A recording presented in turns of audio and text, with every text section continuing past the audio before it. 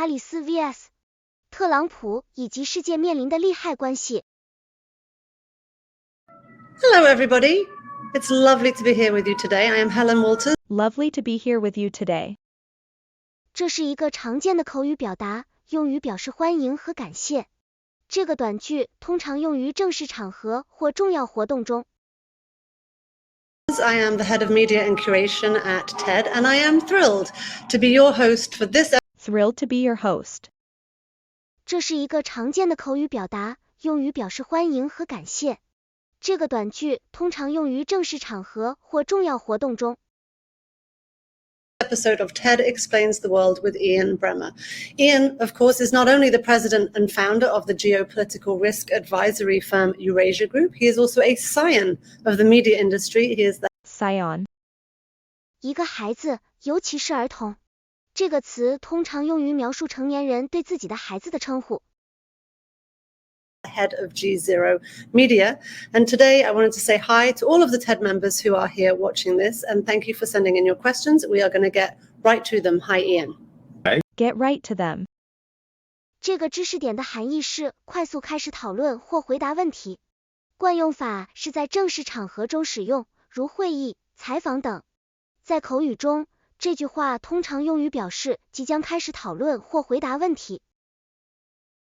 Good to see you. Okay, so we are here to talk about the US election, a giant moment not just for America, but also for the entire world. On the docket, we have former President Donald Trump and Vice President Kamala Harris. Today is October the 10th. People have already started to vote. But as we count down to the official election day of November the 5th, what do you think, what thoughts are people taking into the ballot box with them? I think the Take into the ballot box with them. 这个短语的意思是指人们在投票时带着自己的想法和意见。most important thought, and this is a global conversation, it's a global audience that's dialed into us today. We've had a lot of elections happening this year, and most of them have been change elections. They are a backdrop of people that are not particularly happy with where they believe their country is going. And that has led to a lot of voting against incumbents who traditionally have some advantages. Doesn't mean all the incumbents have been voted out, but they've all had a tough time. And that is as true in countries with enormously popular leaders like Modi, for example, in India, as it is in countries that have had leaders that have faced real difficulties like Macron in France. You've seen in South Africa, Ramaphosa and the ANC, a number of conservative PMs seeing the end of their rule in the UK with Labour. That's the backdrop. And this backdrop comes in part because inflation is really high on the back of the pandemic and people are On the back of. 这个词组的意思是因为或由于，常用于口语中。upset about their economic prospects. Also because migration is high, in part on the back of the pandemic, when people weren't moving and suddenly they could, and also in part of broader structural trends around the world, bigger gaps between rich and poor, climate challenges, geopolitical challenges and war, all of Climate challenges. 气候挑战的意思是指由于气候变化导致的各种问题和困难。those things, repressive regimes, have led to environments where people that are going to the ballot box are not Go to the ballot box. 投票的意思是指参加选举或投票。这个短语常用于表示人们要去表达自己的意见。happy with who they're voting for. And the Not happy with who they're voting for. 不满意自己投票的结果。这句话表达了人们对选举结果感到失望或不满意。United States is no exception. The difference in the US, I would say a couple of big ones. One is that the disinformation environment and the Disinformation environment. 误导信息的环境。这句话表达了人们对信息来源感到怀疑或不信任。political division and dysfunction around that division is much higher today than it has. political division and dysfunction. 政治分裂和功能失常。这句话表达了人们对政治体系感到失望或不满意。Has been in any of the other advanced industrial democracies. And secondly, the visceral unpopularity among opponents of these candidates is much higher than we have seen either in these other countries or historically in recent times in the United States. Which means not only is this a very, very close election, and I don't have a strong view at this point, even 1 month out, of who's going to win. It's going to be determined by a small number of voters in a small number of districts in a small number of swing states. And you've all seen that. I have nothing more to tell you than what you've seen from all the pollsters and all the media on that. But also that so many Americans are not prepared to accept the outcome. So many Americans are prepared to see that this is rigged. And let's See that this is rigged. 这个知识点的含义是指某些人认为某个结果或比赛是被操纵或不公平的。Also remember, we've just gotten through, and no one asked me about this in the past few weeks, but it's important. We've just had 2 assassination attempts, quite serious ones, one that was very close from succeeding against former President Trump.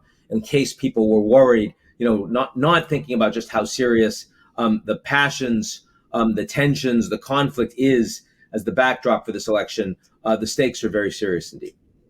All right, let's dive headlong into your world. Let's talk. Dive headlong into. 这个知识点的含义是突然的投入某种活动或情况中，表示对某事物非常感兴趣或投入。惯用法，主语加动词，加 dive headlong into 加名词。Foreign policy. What do you see as the major differences between the candidates and their worldview? And how do you think that what might be the difference in how they approach international relations if they're elected? Well, this might be a boring way to start, but it's important, is the way that they will govern will be very different. Very different from Biden and very different from each other. Biden is and has been the most experienced foreign policy hand we've had as a president in decades.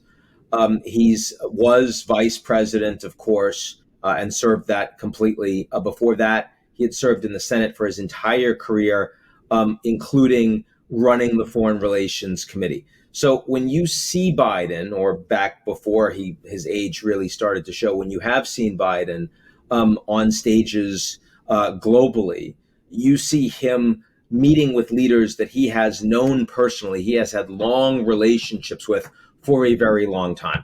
That is also true of his inner circle in the White House. These are people that have worked with Biden for decades, that he knows, that he trusts. And therefore, Biden's foreign policy decision-making style is made in the White House, right? And they make decisions. The president makes a surprising number of those decisions himself, and then they expect the cabinet to execute on those decisions, implement on them.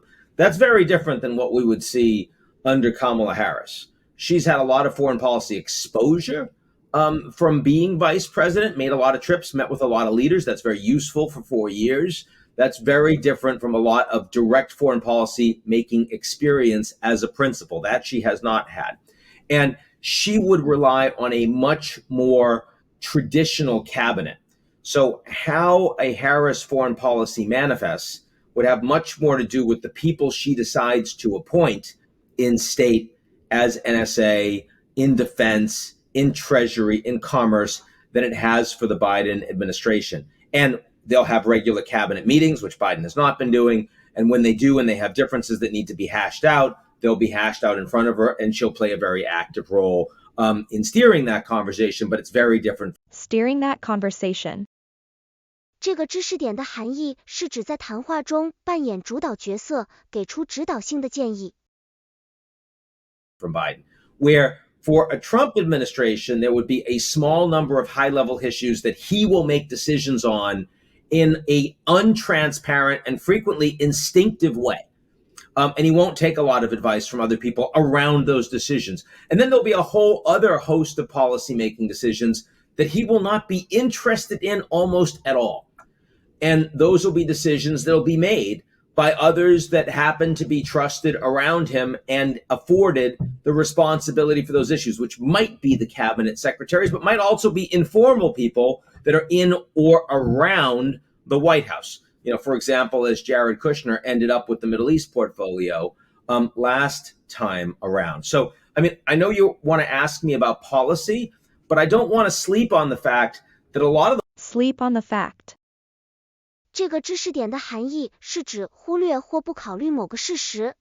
惯用法是在口语中使用睡觉来比喻忽略或不考虑某个事实。way policy gets implemented in a really big organization like the U.S. government depends on In a really big organization like the US government. 这个知识点的含义是指美国政府是一个非常庞大的组织，需要有严格的领导和结构来管理。what kind of leadership and structure you have, and these would be two very, very different structures. That's really interesting. Who do you think? I think that the question of personnel, the question of who's in those inner circles, does really matter. What is your sense of who's going to be surrounding the president in the next 4 years? Well, I want to say that for Trump, those decisions are almost always made at the last minute, and Trump At the last minute. 这个词组的含义是指在时间紧迫的情况下做出决定或采取行动。例如 I made up my mind to go to the party at the last minute. 我最后 minute 决定去参加派对。Trump responds a lot to recency. The person that he just met, that just impressed him, that looked like, sounded like the person that should be in that role, even if he has never met that person before, he'll be very excited and say, I want that person in that job. Look at the way I want that person in that job. 这个句子表达了说话者对某人在某个职位上的需求或期望。例如 I want John to be the team leader. 我希望约翰成为团队的领导。Rex Tillerson became Secretary of State. Didn't know Trump from Adam, and came out of that meeting. Well, I'm gonna guess I got the job, and that could have been Jim Stavridis. That could have been Dave Petraeus. They would have been very different. So definitely, the fact that Trump has been president for 4 years means that there is a constellation of people around him that have worked with him that are trusted, that he will go back to. I think Robert O'Brien, who had been National Security Advisor, will certainly play a senior role again in a Trump administration. Play a senior role again. 这个知识点的含义是指在某个组织或团体中担任重要职责，通常是指在领导层中扮演关键角色。I think that certainly Robert Lighthizer, who was U.S. trade rep, will probably be running trade in some form, in some position. He'd like to be Secretary of Treasury. I don't think he's going to get that job, but he'll do something. But there'll also be a bunch of people that, will be complete surprises, even shocks to the system. And I can tell you, people that look good right now. Tom Cotton is certainly the senator, certainly looks like he is, got a very good chance of either running defense or CIA. Pompeo always throws himself in the mix, though he didn't endorse Trump until very late, and it's not clear whether he'd get a nod or not. There's always a question of what Jared and or Ivanka might do, even though they've said they don't want to be around this time around. Trump keeps going back to them every time he sees them, says, yeah, of course you're saying that, but you're going to be in, you're going to be in, and I want you in. And you'll see what that means. So I think there's an enormous amount of uncertainty. Now for Enormous amount of uncertainty. 这个短语表示一种巨大的不确定性或混乱，它强调了某种情况下的复杂性和不可预测性。Kamala Harris, she has told the people that want the positions around her that, definitely her staff is collecting all that information. She is not prepared to start that decision-making process until after an election, assuming she wins. So still very early in that process too. But you have a lot of people around Kamala, certainly, that you would expect to have significant positions. In my world, her lead foreign policy advisor has been Phil Gordon, serving in the National Security Council in the White House. very capable. I would expect he'd have a good shot at being National Security Advisor, assuming he wants that job. I think for Secretary of State, Bill Burns, a lot of people say if he's older, he's in his mid-70s, but he's done a very solid job, not only running the CIA, but also running point on the Middle East. If he wanted the job at State, I think he'd have a very good shot at it. I think my good Shot at it. 这个知识点的含义是指有很大的机会成功或达到某个目标。例如 I think he'd have a very good shot at it。这句话中的 shot at it 表示他有很大机会得到这份工作。friend Chris Coons, the senator from Delaware, who's been a lead foreign policy voice in the Senate, probably the most capable on Senate, co-chair of the campaign, would certainly be in the running for that post. I could see others. Susan Rice, former National Security Advisor, I think is certainly interested in it. So a lot of people that I think you would consider to be fairly center to center left, fairly Center left. 这个词组指的是政治立场较为中间偏左的政党或个人。它通常与美国政治有关，表示支持自由主义和社会民主主义的政策。establishment type figures in Fairly establishment type figures. 这个口语俚语指的是比较传统、保守的政治人物或团体。它通常与美国政治有关，表示这些人对政策和社会问题有较为保守的看法。key foreign policy and economic related roles. I don't think there'd be a huge shift from Biden to that group. I'm not expecting the Biden people would stay, but in terms of their orientation towards the world, I don't think it would be dramatically different. I mean, whatever happens, foreign policy is going to be front and center for whoever is in. Front and center. 这个口语俚语指的是某个问题或事件将成为主要关注点。它通常与美国政治有关，表示某个问题或事件将受到广泛讨论和关注。Those positions, we are all watching what's happening in the Middle East, what's unfolding there with increasing horror as Lebanon's been drawn in, increasingly Iran is connected. What changes do you see in the Middle East come January 25?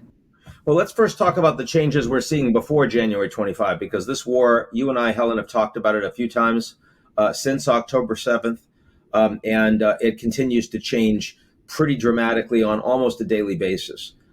One of the biggest things that changes, of course, you're right, that the war has escalated. It's escalated on several different occasions since October 7th. But in addition to the fact that the war has escalated, in Gaza, to a ground invasion, now into the northern front, into Lebanon with Hezbollah, and of course, more broadly across the Middle East with the so-called axis of resistance led by Iran, and even with shots fired between the Iranians and Israel now on a couple of occasions. The fact is that some of the organizations that have been involved in this war are no longer experiencing the capacity to escalate. Hamas, you may have seen that Sinwar, who is running Hamas on the ground, has just recently, in the last 24 hours, announced that they're going to start suicide bombings again, which they had said that they weren't going to use as operational policy. The reason they're announcing that is because they can't do much of anything else. Their tunnels have been sealed. Their weapons caches have been destroyed. Their leadership has been obliterated. They just don't have the ability to mount a credible, organized fighting force. So it's definitely still a threat because, suicide bombers are not to be slept on. But Sleep on. 这个知识点的含义是不要忽视或轻视某些事物，特别是危险的事物。比如说，在字幕文件中，这句话是指不要忽视或轻视自杀炸弹。But it is nowhere near the threat it was on October 7th. Hezbollah. But it is nowhere near the threat it was on October 7th. 这个句子使用了一个常见的英语短语 nowhere near， 它表示某个事物与之前相比已经大幅减少或没有那么严重。Has now said that they would like a ceasefire with Israel, and they're not linking it to ending the fighting in Gaza anymore. That was utterly fundamental to what they were saying for the last entire year. They started launching rockets at Israel on October 8th, the day after October 7th, and they said they're not going to stop until Israel stops bombing Gaza. Well, what changed? What changed is that Nasrallah, the leader of Hezbollah, was assassinated. His entire Assassinated. 这个词组的含义是被暗杀或谋杀，它常用于描述政治领袖、重要人物等被害死的情况。leadership team has been systematically assassinated. Thousands Has been systematically assassinated. 这个句子使用了现在完成时态 has been 来描述过去发生的事情，这是英语中常用的一个时态。and thousands of their fighters have been killed and maimed, and their warfighting capability and their communications capability is being systematically torn apart. So Systematically torn apart. 这个短语的含义是被系统性的破坏或摧毁，它常用于描述战争、冲突等情况下的后果。Israel's military asymmetries have stopped their enemies from being capable of escalating. With the Escalating. 这个词组的含义是不断升级或加剧，它常用于描述战争、冲突等情况下的发展。potential untested exception of Iran. And the big debate right now, of course, is how will the Israelis respond to the Iranian attacks, the 180 ballistic missiles, and what might the Iranians do in response? I think the concerns of escalation here are overwhelmingly about the Israeli decision-making process, because the Iranians actually understand that they too are quickly running out of ways to effectively escalate against a far, far stronger Israel with a completely committed ally of the United States. Now, so that's where we have been. That's where we are now. I'm happy to move to, who would do what and what to expect going forward if you like, Helen, but please frame it as you wish. Well, so I think the question that a lot of members actually have sent in before we convened here, and I think a question on a lot of people's mind is, what influence, you talk about the Israeli decision-making process, what influence can either candidate actually have on that decision-making process, and how does either candidate actually have a hope of making any kind of difference in what actually is transpiring over in the Make a difference. 这个知识点的含义是指能够产生影响或改变结果。惯用法是在口语中使用 make a difference 来表示有所帮助或有所影响的意思。Middle East. I think that's the framing. Well, let's first of all recognize that even if the United States wanted to have a lot of influence and was Have influence. 这个知识点的含义是指能够影响或控制某个结果。惯用法是在口语中使用 have influence 来表示有权利决定或有能力影响的意思。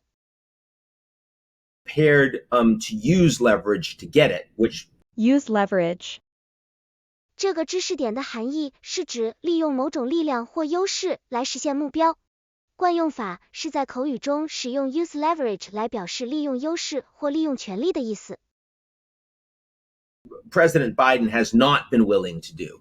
But even if they were, that does not mean that the Israelis and this Israeli government in particular would be falling in lockstep behind the United States' preferences. I mean, Lockstep. 这个词组的含义是指两者或多者紧密地跟随某人或某事物，通常用于描述一种机械化或无脑的行为。in Ukraine, you have a country that is much more reliant on American largesse to continue fighting than the Israelis are. And at the end of the day, the Ukrainians have taken a number of decisions in this war, in their war, that the Americans weren't aware of and would not have supported, right? I mean, for example, the sending of 40,000 troops into Russia, into Kursk. The U.S. didn't know that and certainly didn't think it was a good idea afterwards. Taiwan is much more reliant on the United States for its continued ability to survive in some sovereign fashion, governing its own territory. And yet we see frequently decisions by the Taiwanese government, statements they make that are clearly seen as escalatory by Beijing, that the Americans would not want them to make. So I think that American influence over allies is frequently overstated, right? I think we should start with that.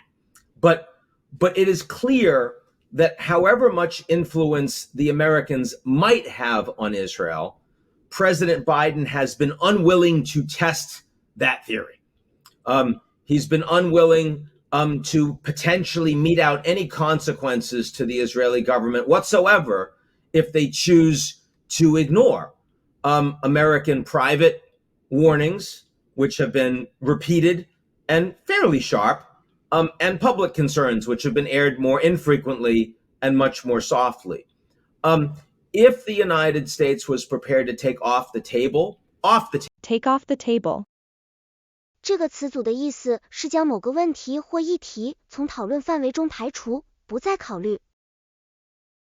the military support that they provide Israel, or at least the offensive military support, continue to provide the ability for Israel to defend itself against attacks from its enemies around the region. Something that, Macron, for example, is now talking about, the French president, something that the UK has flirted with the new Keir Starmer administration. I think you would probably see at the margins more willingness of the Israelis to consult with the Americans as they're making decisions about, for example, how far to go into Lebanon. I think there'd be more decision making that was made, at least with the Americans, in awareness of it in advance. I'm not sure it would have changed the way the Israelis are pursuing and fighting the war, in part because it is so overwhelmingly popular in Israel, because the Israelis don't support a two-state solution anymore, because the Israelis want to do everything possible to get their hostages out and to get their 60,000 civilians back into the north. And that means, fighting Hamas to the last leader and fighter that they can, and destroy. Fighting Hamas to the last leader and fighter that they can. 这个句子使用了一个典型的口语俚语 fight to the last， 表示要彻底消灭某人或某组织。同时，这个句子也表明了美国人的强烈立场和决心。Hezbollah as well. So I'm not sure that the United States would have much effect on Israel. But there's another question, which is, would the United States have more support from other countries around the world? The U.S. has lost a lot of influence with the global South, particularly. Lost a lot of influence. 这个知识点的含义是指美国在全球南方，特别是在东南亚国家如印度尼西亚、马来西亚和新加坡失去了很多影响力。这是因为这些国家被认为是同 Israeli strikes into Gaza 和缺乏人道主义援助的 Gaza 人民而 complicit。 Southeast Asia, for example, Indonesia, Malaysia, even Singapore, because they are perceived as complicit in the Israeli strikes into Gaza and the lack of humanitarian assistance getting in for the people of Gaza. I think a policy by the U.S. which was more aligned with allies in Europe and the Gulf would be more broadly supported by other countries that have gone sour on the U.S. as a consequence of that. And here there's a big difference between Harris and Trump. Harris would certainly want to be seen as the president of the most important ally of Israel in the world. I don't think she would change that at all. But I also think she would do a lot more to help ensure that the Palestinians got regular humanitarian aid in, as opposed to the roughly 10% of what they had at pre-October 7th right now. I think she'd push harder on that directly and publicly with Israel. I think she'd be working more closely with the United Nations. And I also think she'd be working more closely multilaterally with American allies. I think that Trump, on the other hand, has already made clear he does not support a two-state solution anymore. He did when he was president the first time around. In fact, that was behind the Bahrain conference and behind the Abraham Accords, was a nominal map, a roadmap for a two-state solution with what that would look like in the West Bank in particular. He has also said that he would support Israel directly striking Iran's nuclear facilities. Jared Kushner has circulated what he thinks is a unique opportunity for Israel to take care of the, as he describes it, take care of. 这个词组的含义是解决或处理某个问题。例如 The Iranian problem 中的 take care of 表示要解决伊朗的问题。The Iranian problem. There's no question in my mind that Kamala Harris would not support that. So frankly, I think that Harris and Trump differ perhaps the most on the Middle East, specifically On the Middle East. 这个知识点的含义是指关于中东地区的问题或话题。美国人或英国人的惯用法是将中东地区作为一个重要且敏感的话题。on Israel-Palestine than they do on any other major foreign policy issue out there. And I think that is likely to manifest after January. So that's interesting, because the next question that I wanted to ask you about was Ukraine and Russia. And we're reading right now about Bob Woodward's reporting on like maybe giving COVID tests to Putin or calling Putin when he hasn't been in office, claims which Trump denies. But I think it's clear to outsiders, at least, that it seems like the approach to Russia would be pretty different between the two candidates. But what do you think would change in the US's dealings with Russia when either one of them is elected? So the Trump team has denied that they've had those phone calls. We don't have any evidence of them from Woodward, so we don't know yet. The Putin and the Kremlin has confirmed the COVID tests. The COVID tests are interesting. The COVID vaccines, excuse me, and I think that's excuse me. Am I right? Was it tests or vaccines? I've seen both actually. Actually, I think it was tests. Was it tests? So to me, that's interesting because it's not like Trump. I mean, Trump talked a good game with Putin, and you'll remember the Helsinki summit in particular, where it seemed like, you know, he was trying to make nice with Putin as his best buddy, as opposed to the ways he's been much tougher with some U.S. As opposed to. 这个词组表示相比之下或与相反的意思，它通常用于比较两个事物之间的差异。U.S. allies in NATO, but the reality of U.S. policy under Trump was not that. The reality is that the Javelin missiles, anti-tank missiles, that Biden refused to provide to Ukraine were provided in the Trump administration. The reality is that a series of high-level sanctions against Russia were actually tightened and toughened under Trump that were not under Obama. And also Trump was pushing much stronger against the Germans on the north. Pushing much stronger. 这个词组的含义是指做某事时更加努力、更加坚决。比如说，他在工作上推动了很多新项目。He pushed many new projects in his work. Nord Stream pipeline and aligning their energy security to Russia, which Obama didn't care very much about. So that is it's a little counter to what the narrative in the media actually discusses around Trump. Now, it is and providing machines that do COVID testing, you know, in an environment where you have a really bad relationship with someone, but you know you need to communicate with them, and you are prepared to work with them in areas that are not hurting your national security, that actually strikes me as a fairly sensible thing to do and reflects leadership. So I would not be critical of that. If we find out that it is indeed true that Trump has been in regular contact with Putin since leaving the presidency while refusing to talk to Zelensky until Zelensky begged for a meeting at the UN and didn't want to take it and finally did, that would be, I think, an issue of significant concern, and we'd want information, if we could get it, around what was actually in those conversations. But I think that if Trump were to become president, now you've heard from many people now about how stupid it sounds that Trump is going to end the war in a day.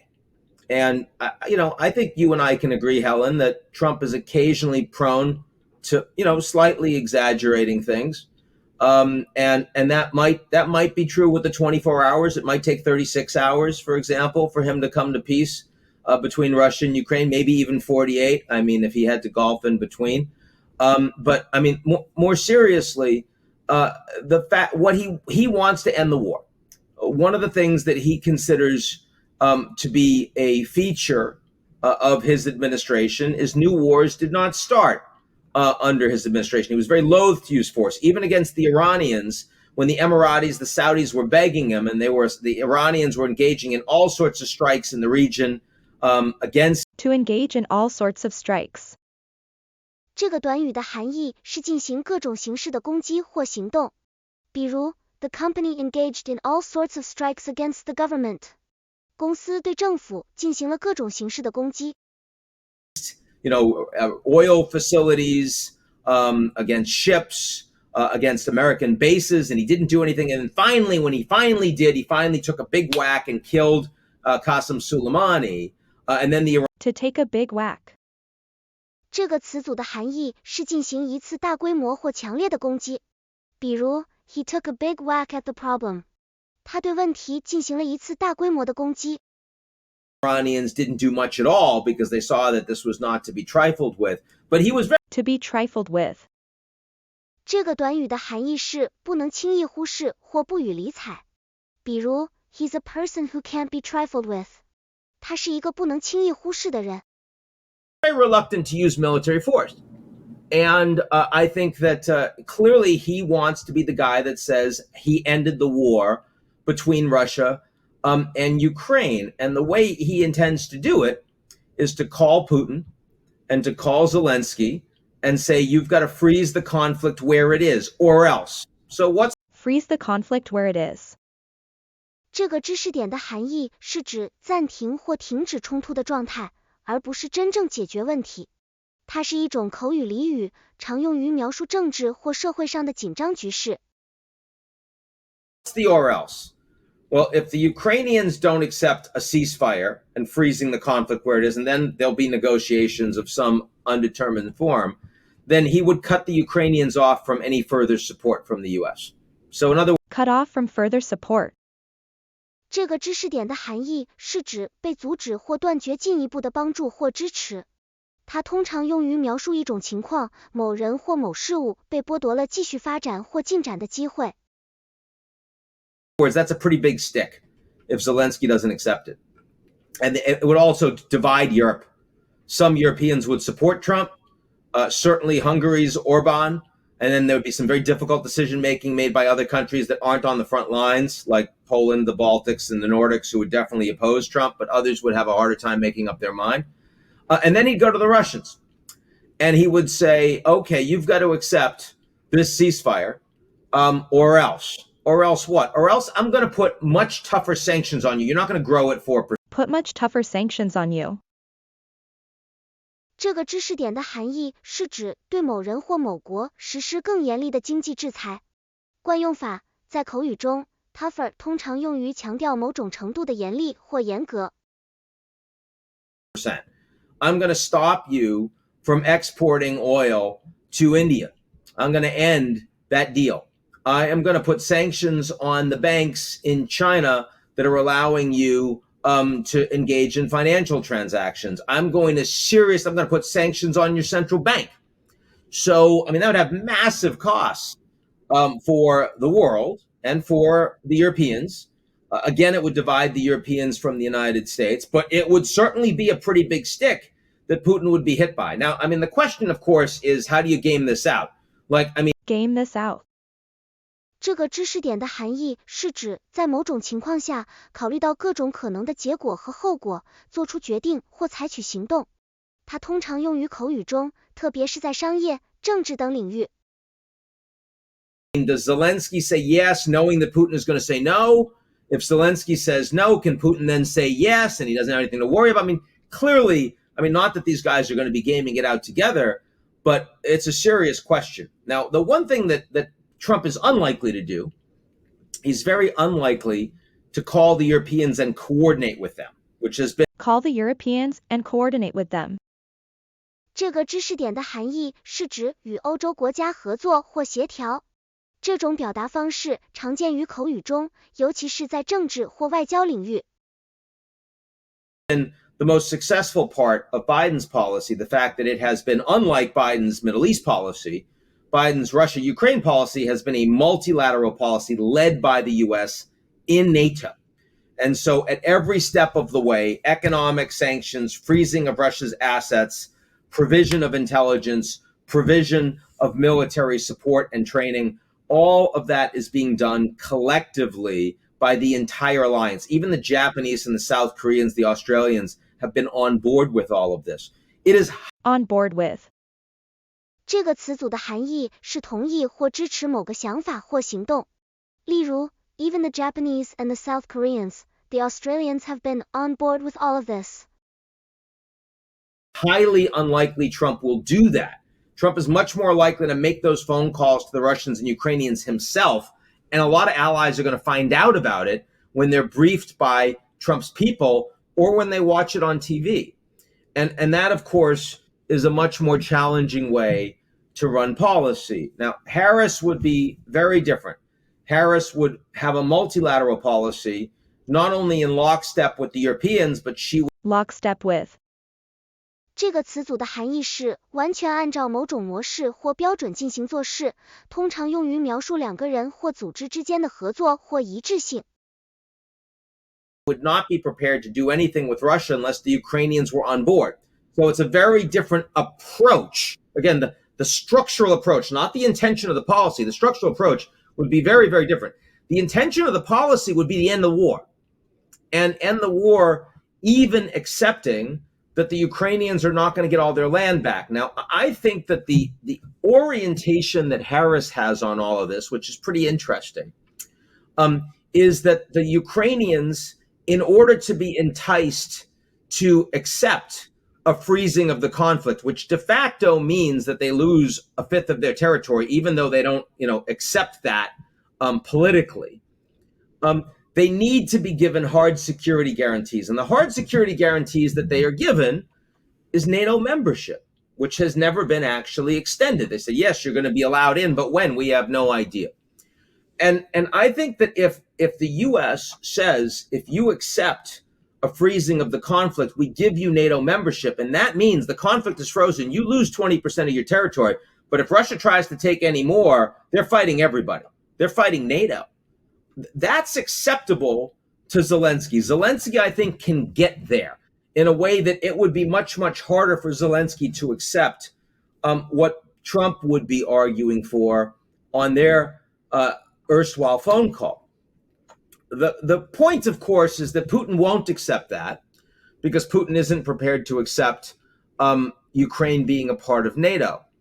But if Putin says no, and he won't have negotiations, but the Ukrainians say yes and NATO says yes, you are now in a better position globally because you can now go to other countries with influence over Russia, like China, and say, look, we've got a peace plan. Here it is. And we're all on board. And a lot of the countries in the global south that just desperately want this war to be over would, I think, be sympathetic to that in a way that right now they're not sympathetic to the U.S. position, which is we defer to Ukraine, and the Ukrainians are saying we want all of our land back, and everyone knows they're not going to get all their land back, so it's endless war. That endless war, by the way, that the Ukrainians are increasingly not going to be capable of fighting. So the reality, I think, is that the ultimate policy outcomes that Trump and Harris would find acceptable are closer than you would think. But the mechanisms that they would use to try to achieve those outcomes are radically different. And as a consequence, the potential for success, the consequences of failure would also be very, very different. Whew, that is so interesting. I will be chewing on that for some time. But now I'm Chewing on that for some time. 这个句子使用了一个口语俚语 chew on something， 意思是思考或考虑某件事。这个俚语源于人们在吃东西时会慢慢嚼着咀嚼。going to change the subject completely Okay. because I think that we should talk about climate change. Milton, just flattened Florida. Helene decimated North Carolina. We know, you know, I know, we know that climate change is not a theoretical threat. It is ever present. It is increasingly dangerous. What do you think the candidates are going to say about climate? And I guess in the back of my mind, I have the voices of the young people I've heard who are increasingly nihilistic about the idea that anyone is ever going to take any meaningful kind of change on climate. So where are the candidates, and are the young people actually right? Oh, yeah. The young people are right. And the young people are the ones that are ultimately going to make the change on climate. They're the ones that are going to make the change on climate. 这个知识点的含义是指年轻人通过改变自己的行为和消费习惯来推动环境保护和气候变化的解决。Demand that companies change their behavior or they'll stop buying their goods. They're the ones who demand that governments change or they're going to vote for much more radical outcomes. And they're going to increasingly do that as they have a larger share of the voting population, as they have a larger share of wallet and consumer spend. And of course, as the implications of climate change become much more real for all of us internationally. Of course, we know it's getting worse because so much of it is already baked in, irrespective of what baked in. 这个词组的含义是指某些问题或情况已经存在于系统中，无法轻易改变。例如 So much of it is already baked in， 意思是说，很多问题已经深深根植在系统中，很难通过简单的措施来解决。What we do going forward. And we see the manifestations of that in massive storms and massive droughts, climate change, climate weirding, as they call it, climate escalation on both sides. We see that all the time, and everyone accepts it. Even though there's disinformation online, you've got 193 countries around the world that are all signatories for the Signatories. 签署国指的是已经签署某个国际协议或协定的人或组织。Governmental panel on climate change, and they all accept that what we see and what the scientists tell us in front of our eyes. And I certainly understand that a Harris administration is going to talk a much bigger game about green energy and about a transition to sustainable energy. I also know that Trump is going to talk a lot more about drill, baby, drill, and oil and gas and even coal, and he will give much more personal access to his administration from the CEOs of those companies, who will be more frequent guests, and they almost never have a chance to see Biden. But you saw that Harris walked back her "I oppose fracking." Walk it back. 这个知识点的含义是撤回或收回之前说过的话。它通常用于表示一个人后来改变了自己的立场或态度。She walked it back de facto when she became vice president. She walked it back in jure when she was asked about it on the trail. The United States is now producing more oil than ever before, and far more oil than anyone else in the world, far more than the Saudis, far more than the Russians. That is under a Harris-Biden administration. And Harris-Biden administration. 这个知识点的含义是指乔·拜登和卡马拉·哈里斯共同执政的政府。这种表达方式在美国政治中比较常见。expect that would be extended under a Harris presidency. Under Trump, there's no question that he is going to make it easier to have permitting for additional drilling in Alaska and other places, and he's going to make the regulatory environment easier to navigate for more infrastructure build, the rest of it. But I don't think he's going to suddenly eviscerate the Inflation Reduction Act, because so many of the jobs that come from that legislation are red state jobs. So much of the investment is red state investment. And I mean, the highest level of post-carbon energy production in the United States was California a couple years ago. It's now Texas, right? Texas, which has become an energy superpower in its own right for oil, for gas, and also for solar and wind, right? And I also think that both administrations would be moving faster to permit nuclear. So for the United States, it is really an all of above. 这个知识点的含义是指美国能源政策的多样性，包括各种能源来源，如石油、天然气、太阳能和风能等。Above policy, which, by the way, is also China's policy. The only thing is that China's 20 years ahead of the United States. China's been investing at scale for a long time in wind and solar and geothermal and nuclear and electric vehicles and batteries and supply chain all over the world, while the Americans have been ignoring it. And so now the Chinese have world leaders at scale in all the global renewable energy, and the Americans aren't there yet, but Americans recognize that's the policy they need. So you're going to have two superpowers of energy. The United States, the superpower of carbon energy, Superpower of carbon energy. 这个知识点的含义是指美国在能源方面的优势和影响力。Superpower 这个词组通常用于描述拥有极大权力的国家或组织。to transition and increasingly transitioning, and you're going to have the Chinese, the superpowers of post-carbon energy, right? And the rest of the world saying, what the hell are you going to do for us as the climate is getting warmer and we're not capable of paying for it?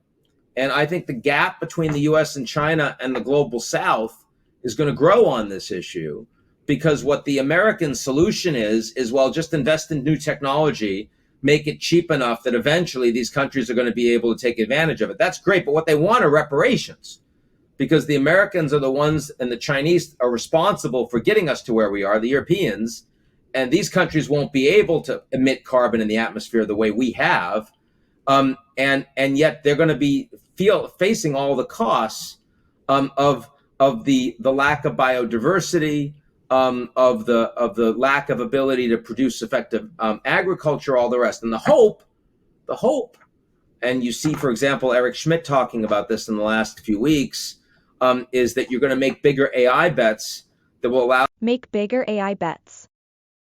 这个知识点的含义是指在技术领域中做出更大的投入和尝试，去实现某种目标或解决问题。比如，在这段字幕中 ，Eric Schmidt 谈论了将来会对 AI 进行更大规模的投资，以帮助发展中国家实现可持续发展目标和应对气候变化。Allow these countries to meet their sustainable development goals and allow these countries to deal with climate change. That's a great bet, but it is an unproven bet as of now. I'm a believer, but my God, we have to get lucky to not have. Get lucky. 这个知识点的含义是指在某种情况下，通过运气或机会而获得成功或好结果。惯用法，当谈到成功或好结果时，可以使用这个短语。This be far, far more devastating for people all over the world. Are either candidate taking the idea of reparations seriously? Is that really being talked about? No, in fact, even AOC, when she was talking about a Green New Deal, she wasn't talking about a Green Marshall Plan. It was American exceptionalism.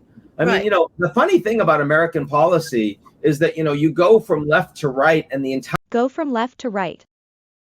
这个知识点的含义是指从左到右的政治谱系非常狭窄，美国人或英国人的惯用法是指在政治上比较保守。Entire political spectrum is still pretty narrow from a global perspective, right? That is something that I think people in the United States need to be more aware of.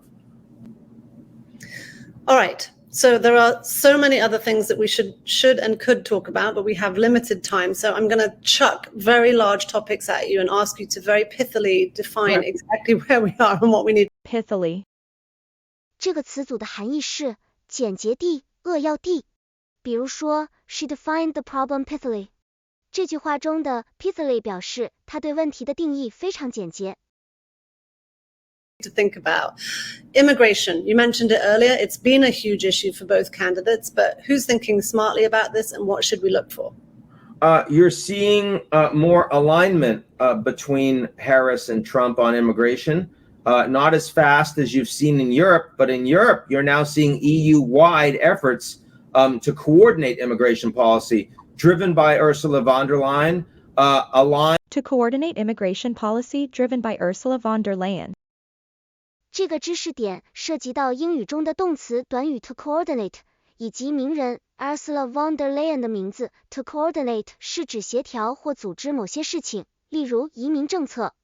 在这个句子中，它被用来描述欧盟委员会主席 Ursula von der Leyen 推动的移民政策。With people as diverse as Schultz and Maloney and Macron. I mean, even Orban, who just met with von der Leyen, and certainly it was a fairly acrimonious meeting, but, Orban's point was, when you look at Hungary's Viktor Orban, when you look at, the EU policy on migration, this is stuff he was talking about years ago.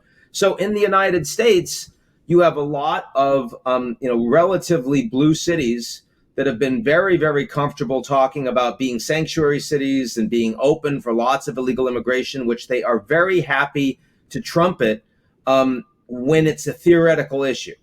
And then as soon as those immigrants start coming over in large number, because these are not border cities, right?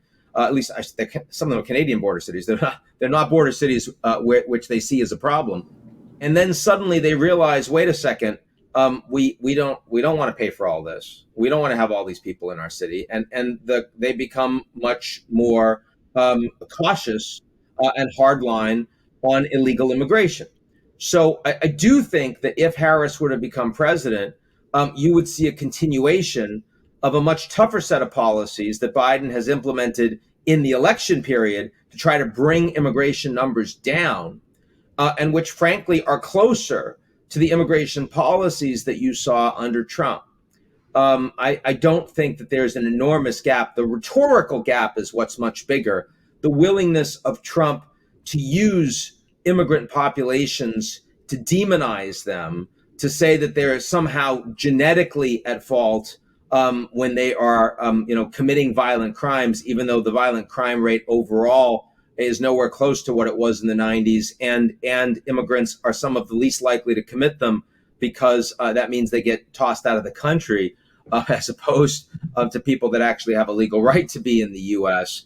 But I mean, there's been so much really disturbing language that I think has increased hatred and leads to more violence and hate crimes against illegal immigrants and frequently against immigrants that aren't illegal.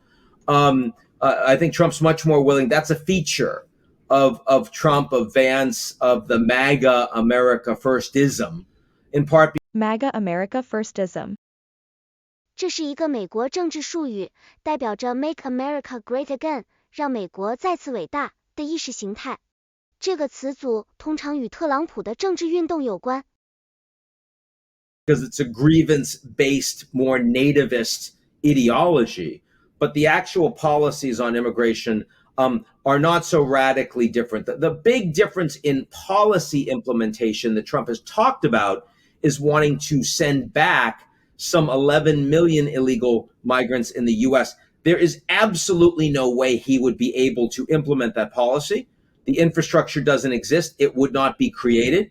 But I would say that even if he did 10% of it, which is plausible, the inflationary impact that would have on labor in the United States would be significant. And I think that the market participants that are looking at the difference between Harris and Trump are looking at tariffs, but they're also looking specifically at labor rates and immigration. That's interesting. I mean, inflation has also been a huge topic of conversation, but I don't know that people are necessarily connecting immigration and inflationary rates. What else should people be thinking about in terms of the economy from these two candidates? The fact that the great deficit hawks are near extinction, that either Trump or Harris would be strongly expansionary in terms of fiscal spend. There would be slightly different focus. I think that Trump would look to extend the entire tax cut package that would be coming to a conclusion. It was, put in as temporary, kicking the can to somebody else. And if that can is kicked to the same person, he's going to expand it all. I think he would, so he wouldn't get as much money in. And he would also try to reduce corporate tax rates further. The intention would be to juice growth, but the Juice growth. 这个知识点的含义是指通过某种方式促进经济增长或发展。惯用法是使用这个短语来描述政府政策或行动的目标。I don't think that would meet the expenditure, and especially in a still comparatively slightly higher interest rate environment where you're doing a lot more debt servicing as a part of your budget. And also, I think Trump would lean more heavily into higher spending in defense. Kamala Harris, her policies would be less growth oriented for the private sector, though she is trying to lean into small and medium enterprises and entrepreneurship. Again, something that you would see, green shoots of that are useful long term, but you wouldn't. Green shoots of that are useful long term. 这个短语是指一种潜在的、长期的好处或机会。它比喻像绿萝一样刚开始萌发的新生事物。See that benefit for the 4 years of her presidency. She would certainly increase tax rates on the wealthy and probably the baseline corporate tax rate. So that would bring more money in. But the significant expansion of social programs would more than make up for that. And so both of these presidents would be significantly expansionary on the fiscal side. I don't think it would affect the interest in the strength of the dollar globally. I think that's a much longer term issue, especially given how weak the comparative other stores of value and economies are around the world, Japan, the Eurozone, China, which isn't convertible. But certainly this is a very big can that is being kicked. And when you talk Kick the can down the road. 这个知识点的含义是推迟解决问题或责任，让它变得更加复杂。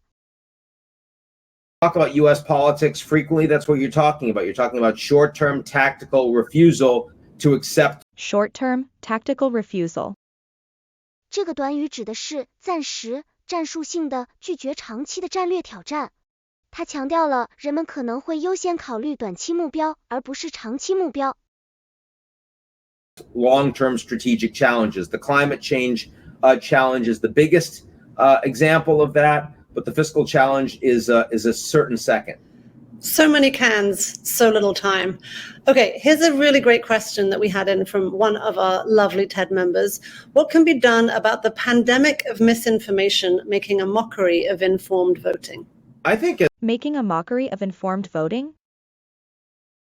这个知识点的含义是指对有信息基础的投票行为进行嘲笑或讽刺。这种表达方式常见于政治讨论中。as long as we have algorithms that are driving the information that we get and that are being driven by a profit motive as opposed to a civic motive, a community motive, or just an accuracy and information motive, all of those things would be very different. You're going to have this become a much bigger problem. I remember when weathermen and women weren't objects of politicization. That is no longer true. There's weather control apparently from God knows who, from them. They're doing weather control. Hurricanes do not differentiate between Trump voters and Harris voters. And you desperately need to listen to the scientists on what is likely to come from an imminent massive storm and tornadoes and storm surge. And more people are dead today because of that disinformation. So if you think that this is unprecedented and bad when we talk about a hurricane, and never mind when we talk about a pandemic, then what do you Never mind. 这个词组的含义是忽略某些事物，不再考虑。它通常用于表示不再关心或不再在乎某些事情。think is going to happen with our democracy? So I think there are a lot of things that can be done. One of them is that bots do not have free speech. They don't have the right of free speech. I'm a big advocate of free speech. I think it's an important thing we have in our country. It applies to human beings. So I think that human beings, at least in America, and I understand there are problems in more repressive societies, and for now, the US is not such a society, though there are trends, should be verified. In other words, you have to be a real human being to be a Human being. 这个知识点的含义是指真正的人类，具有人类特征和品质。惯用法，在口语中 human being 经常用于强调一个人是真正的人类，而不是机器人或其他非人类存在。able to exist on a social media platform as a human being, to be verified, to be promoted algorithmically. And if you're not, I mean, there's a place for AI related content, but that content it needs to be not verified, and it cannot be promoted algorithmically. It has to be promoted by a human being who knows it's AI driven content. I think that would make a difference. I also think that we need more responsibility for civic relations and democracy from our corporate leadership. We just do. And I think that we have seen an unfortunate, lionization of a whole class of people that are making Lionization of a whole class of people. 这个短语的含义是对某一类人群的赞扬或吹捧。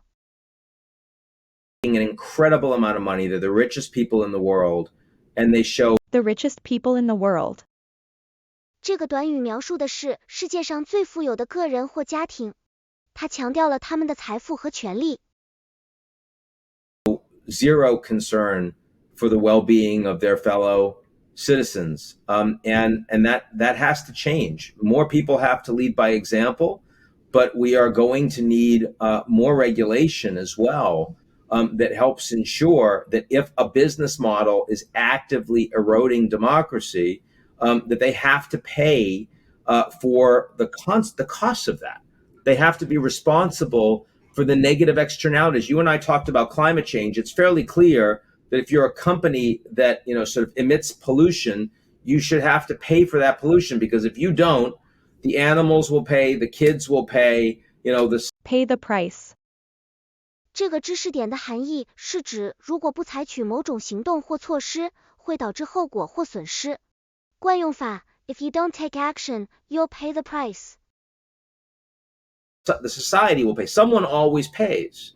And that is equally true when we talk about disinformation. If there are costs to a platform a platform has every right to make money, but if there are direct costs to society that are measurable, that come from the existence and the furtherance of that product, those are costs that also have to be borne by that corporation. And we have not yet been willing to have that conversation. Reparations are one thing. I mean, the idea that you have to pay for the countries that you've already been on. But I'm talking about like things that are happening right now, companies that are making money right now, that are making benefits, that are actively not paying for costs on the back of our citizens and our young. On the back of. 这个词组的意思是因为某人的努力或牺牲而获得的好处。例如，我靠着我的父母的帮助才完成了大学。People. That is not acceptable, and that has to change. Well said, Ian Bremer. What are the chances, and this is a horrible question, but I have to ask it, what do you think are the chances that we're going to experience violence after the election? Well, violence, sure. I mean, we've experienced violence every day in this country, so I don't think you mean that. I'm not sure you mean January 6th type violence, because I think that's very unlikely. I think Washington, D.C. will be locked down. It's the same thing that, you had to take your shoes off. Why? Because someone, it was a shoe bomber on a plane. So damned if you're going to put them in your shoes going forward. Right? I mean, we make sure that we can't do the same thing a second time. But I do think there's going to be violence. Look, you haven't asked me about 2 assassination attempts on former President Trump, at least one of which was incredibly close from happening. I mean, if this kid had been at all remotely capable as a shooter, Trump's dead. And I think that Trump supporters who believe that they have tried to impeach and convict him twice for crimes he didn't commit. Then they're trying to throw him in jail for crimes he didn't commit. And we're going to try to throw him in jail for crimes he didn't commit.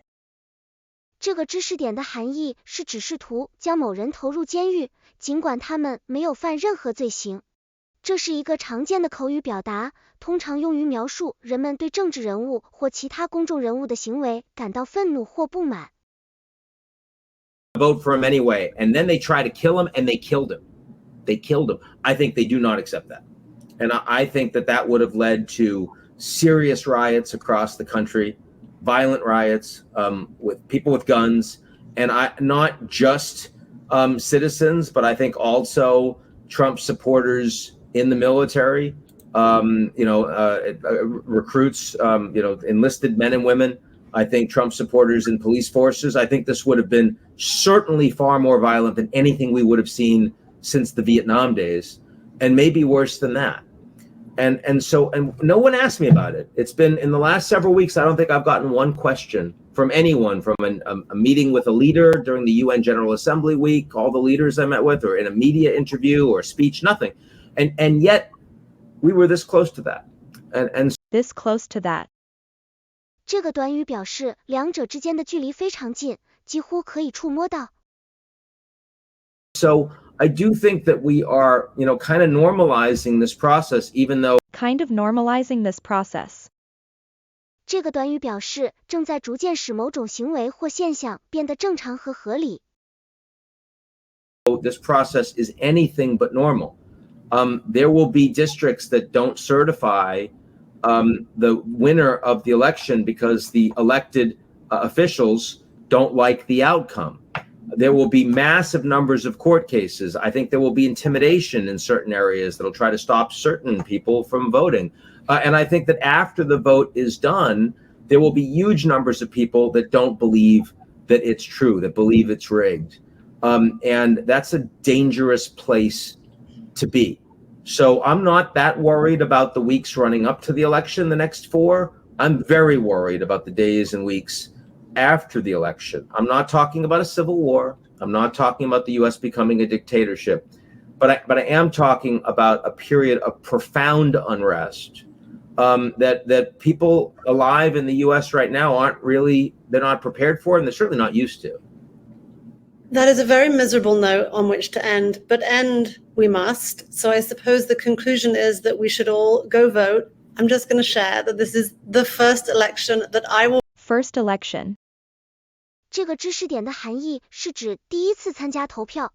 美国人或英国人的惯用法是使用这种短语来描述第一次参加投票。